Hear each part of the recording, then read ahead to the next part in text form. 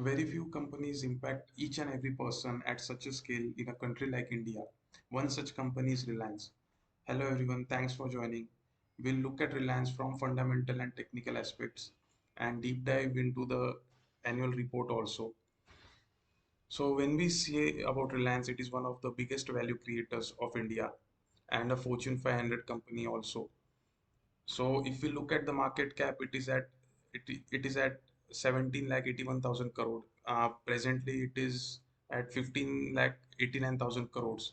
The revenue stands at 8 lakh 92,000 crores, and the profit is at 67,000 crores. So when we say one of the biggest contributors to economic growth, then the value of export is a striking thing. Uh, it is contributing 7% of India's export. Also, if we look at the national exchequer contribution, that is at 1,88,000 crores. So the scale at which Reliance is operating is huge. Now, how is Reliance connected to each and every Indian?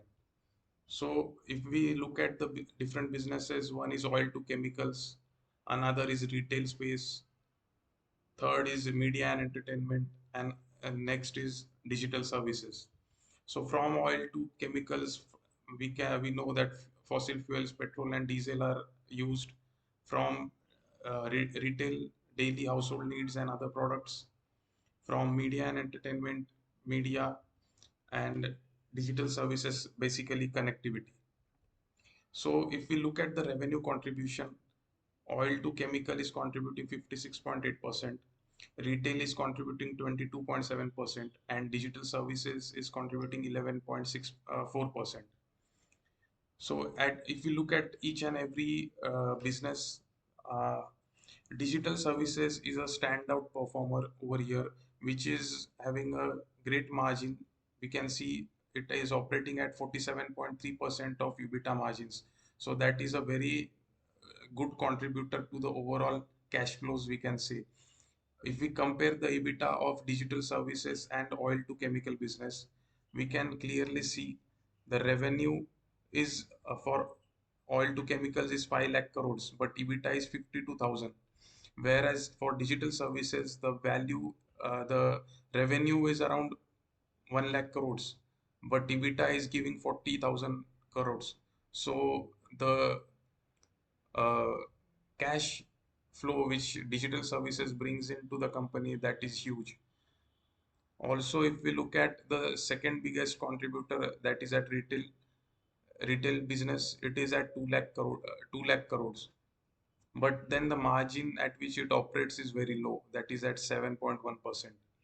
Whereas for media and entertainment, the margins are 18.4%, but the scale is very low compared to the other businesses. If we discuss from the digital services point of view, we can clearly see how Reliance has invested in few of the startups, and this list is from the annual report itself. Here they have mentioned around 15 startups they have invested, and look at the names.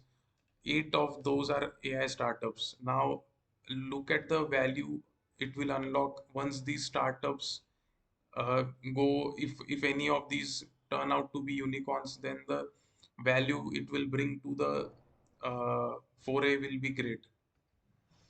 Also, we should not forget that 2 years back, Google and Facebook had invested with other investors also, wherein Reliance was able to raise around 1,52,000 crores for the debt which it had accumulated.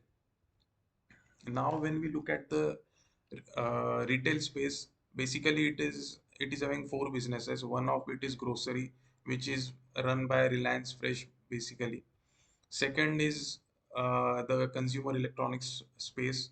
It is through Reliance Digital and Geo Digital Life. They are operating. Then third is the fashion and lifestyle space, wherein Reliance Trends, Reliance Jewels is also playing an important role. And fourth is the pharma space. With NetMed's acquisition, they are able to uh, foray into this space.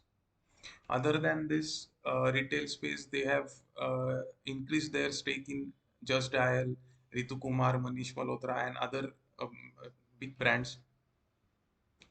And for oil to chemicals, basically you can say the transportation fuels and other allied products which are produced from the crude oil. So this is a big space, but I'll not deep dive into each and everything. Just to show how the scale is, I've shown this slide. Now let's look at the technical points of the stock. So if we look at the present market cap, it is at 15 lakh 89,000 crore. The PE is at 23.8, which is higher than the average PE for Nifty 50. Uh, One bad point we can say is the debt, which is at 0.41. So 3 lakh 35,000 crores is the total debt. Uh, Other than that, the promoters holding is a good thing, which is at 50.4%. If we look at the shareholding pattern, then we can see LIC has increased its stake from 5.9 to 6.6%, and also SBI mutual funds from 1.45 to around 2%. So two big players are already invested in Reliance. When we look at the market cap, it has steadily grown since last 4 5 years, and especially after 2019 it has given good returns. Now if we look at the stock price, one thing is sure, for 7 years there was no growth in the stock from 2011 to 2000, mid of 2017. So if we consider the present price level of 2350, I think so it is a good time to buy in this company, considering long-term point of view of 5 or 7 years. Before investing, please consult your investment advisor. Also, please like, share, and subscribe to my channel. Thank you.